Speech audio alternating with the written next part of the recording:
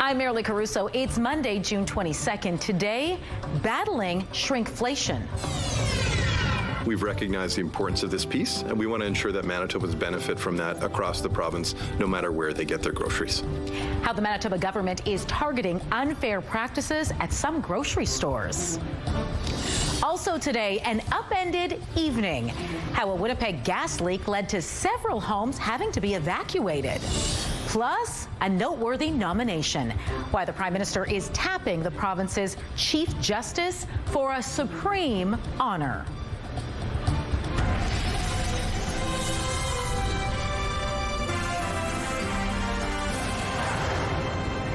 Good afternoon. Thanks for joining us. If you've noticed some of your favorite food products shrinking while the cost remains the same, you are not alone. It's called shrinkflation, and the Manitoba government wants to adopt a new law targeting it. Joining me now live to explain is CTV's John Hendricks. So, John, where did this measure come from? Well, Marilee, it's a result of a new grocery study released by the province today.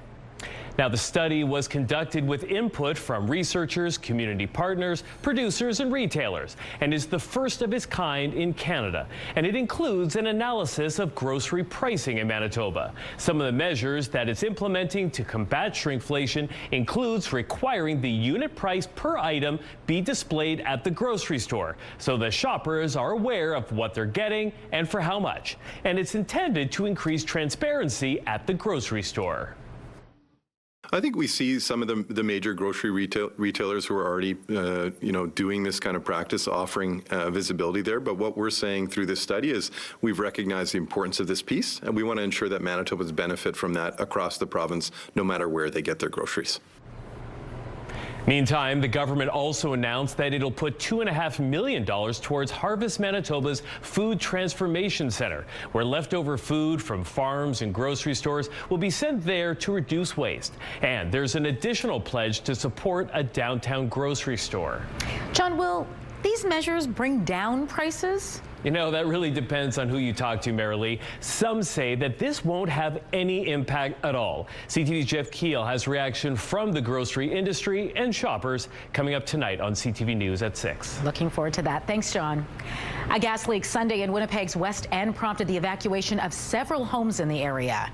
It all happened around 8:15 p.m. According to the city, crews were called to a vacant home in the 400 block of Langside Street due to reports of a natural gas smell. And when crews arrived, they did detect elevated gas levels within that home. As a result, several nearby homes had to be evacuated and the area was closed off to traffic. Manitoba Hydro crews managed to locate and fix the leak. Once gas levels were determined to be safe, residents were able to return to their homes and the road was reopened. No one was hurt. A 55-year-old man is dead following an unprovoked attack in North Point, Douglas. Winnipeg police say the man was approached by another man in the 100 block of Henry Avenue around 1 o'clock Thursday afternoon. During an unprovoked argument, the suspect stabbed the victim in the upper body before running off. The victim, identified as Ronald Alexander Grego Finlay, was rushed to hospital but died. The homicide unit is investigating. Anyone with information, including dash cam, security, or cell phone video around the time of the incident, is asked to call police or Crime Stoppers. A big boost for a first-of-its-kind clean energy project in northern Manitoba. For generations, northern communities have been asked to adapt systems designed elsewhere. Today, CSC Dene First Nation is designing its own future. The federal government is helping CSC Dene in its development of Manitoba's first integrated renewable energy microgrid with $21.6 million investment. Planning of this project began back in 2020. The first phase includes solar power, battery storage, and a controlled microgrid. Revenue generated from solar power will go toward community needs as we strive to become more sustainable and reduce our emissions. The project is expected to reduce diesel usage by 26% each year and emissions by an estimated 500 tons of carbon annually. The goal is to eventually reduce diesel reliance by 60%. A solar power field is set to be built next to the diesel plant this summer, with the microgrid going online this fall.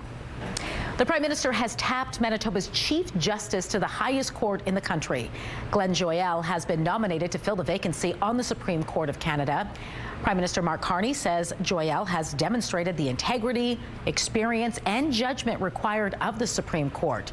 Joyal has served as the Chief Justice of the Court of King's Bench in Manitoba since 2011. The selection process for a new justice began in March to replace Justice Sheila Martin, who retired at the end of May.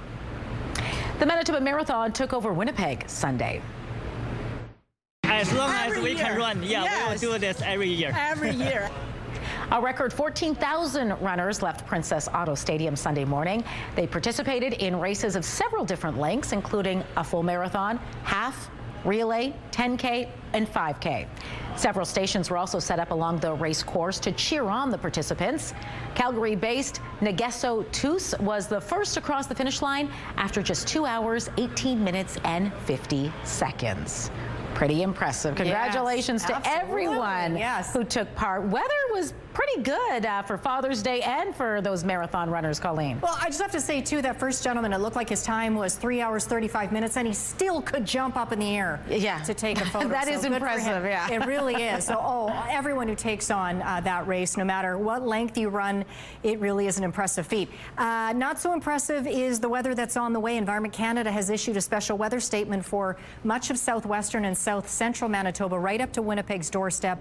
Rain and potentially a lot of it, and thunderstorms is heading our way in the next few hours. I'll show you where the most impacted areas are expected to be and how much rain or thunderstorms are expected to fall in terms of millimeters. It's a lot, so let's just put it that way. I'll show you coming up, but for now, let's take a look through the CTV Live Eye. It is brought to you by Bath Fitter, exclusive home of the PermaFit solution. Cloudy in Winnipeg right now. It's 23 degrees, light winds out of the west-northwest at 4 kilometers an hour. The pressure is dropping and the humidity is 39%. Out in traffic on Monday, a live look at Portage Avenue west of Polo Park. Traffic moving well there. One traffic note, this was about an hour ago, a fire around the Nairn area, Stadacona to Nairn blocked. No update there, so as far as I know, that is still in effect, that closure right now.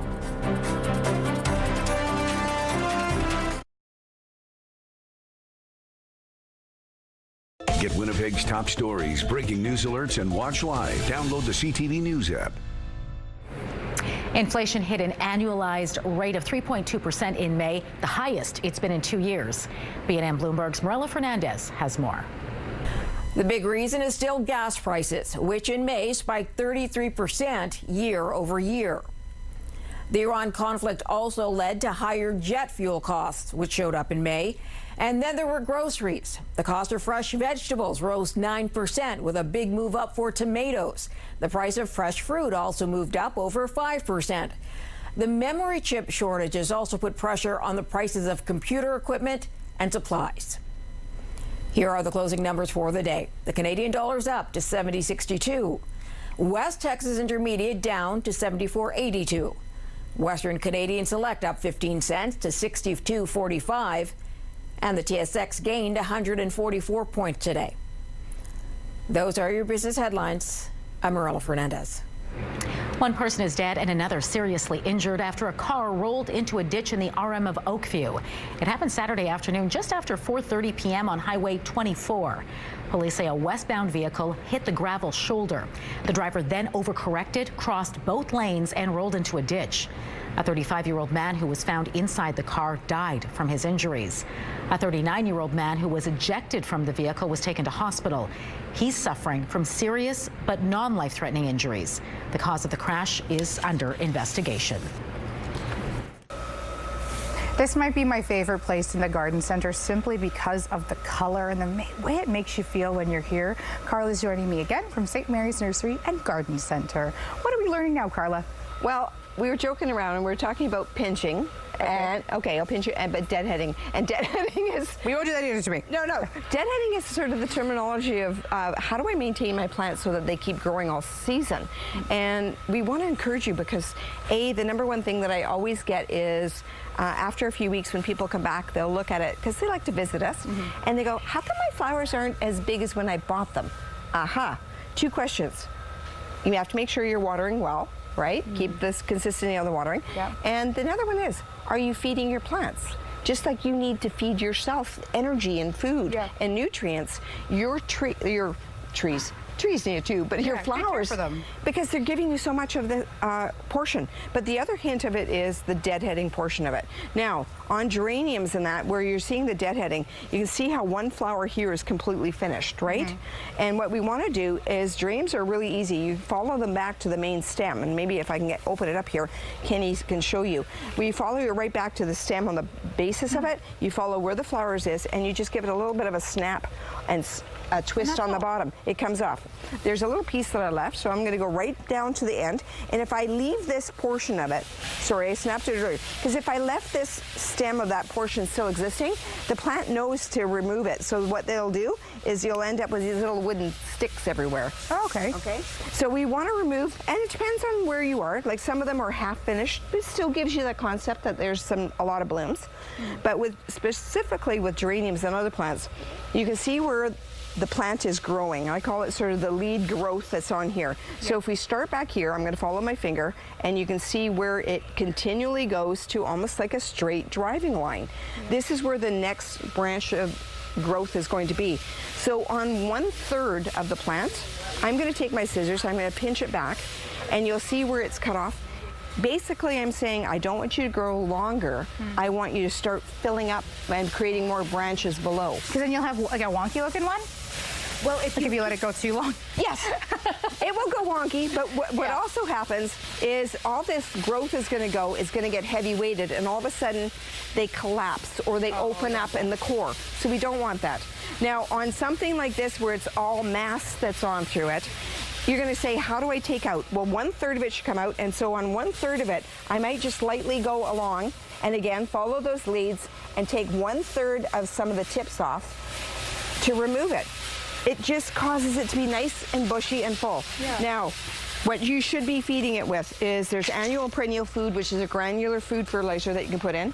There's a slow release fertilizer, which is good, but again, keep up with the liquid feed because you're going to see that it's absolutely wonderful to keep it blooming all summer. See, we need breakfast, and so do our flowers. Get Growing is brought to you by St. Mary's Nursery and Garden Center. Get a lush yard and garden thanks to expert advice from gardening professionals.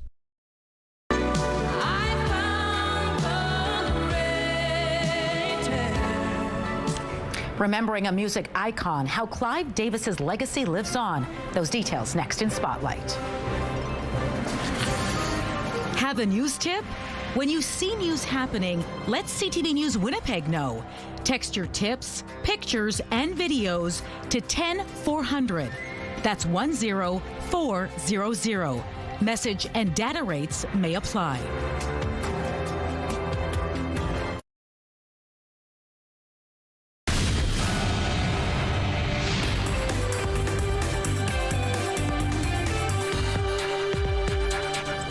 Colleen Brady is back now for Spotlight, and you don't have to travel far to take in the Winnipeg Symphony Orchestra these days. That's right. Musicians are going to be popping up all across the city later this week. Now, it all gets started Wednesday at noon with a Woodwinds Ensemble performance at Hargrave Street Plaza. More performances are happening all the way through to Sunday, including at Transcona Centennial Square, the St. Norbert's Farmers Market, and the Beer Can. And best of all, it's free. That is a pretty good deal. It sure is. A titan of the music industry has died. This is huge news in the music world. Clive Davis has passed away at the age of 94.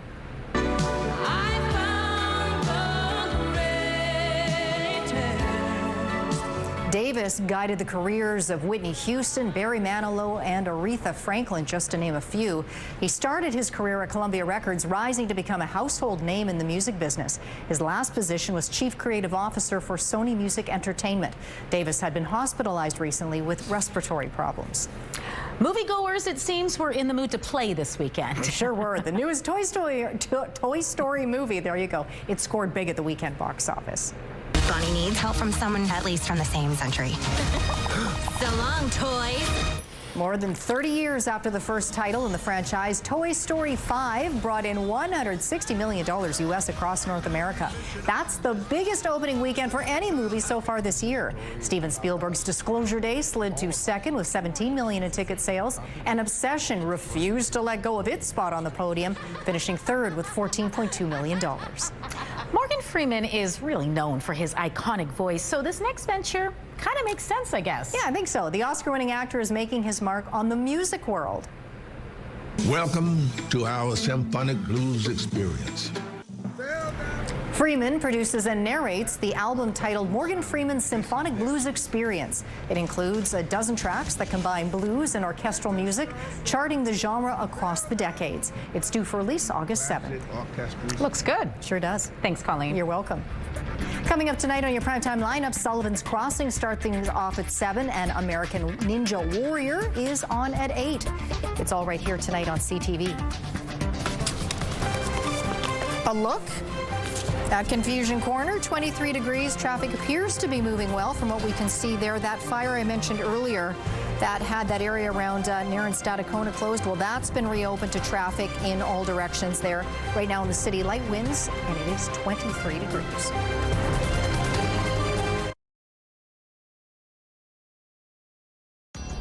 Women's clothing provided by RW & Company. Salon services provided by S&T Spa Salon.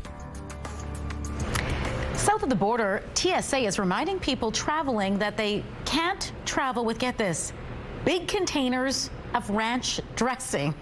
I'm telling you, this was the post on social media. It says, if you're visiting for a very large sporting event and happen to discover ranch while you're here, please pack it in your checked bag on the way home.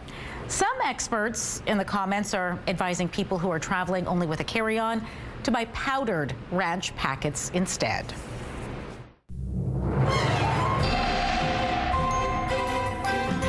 CTV Skywatch weather brought to you by South Beach Casino and Resort. Visit southbeachcasino.ca. Who knew not everyone had access to ranch dressing, Colleen? I didn't realize it was a North American delicacy, apparently. I would go with the powdered if you're traveling regardless. I don't know if you want to put that in your checked bags even. Yeah. Could be Either way, big mess. that bottle comes open. It's stinky and messy.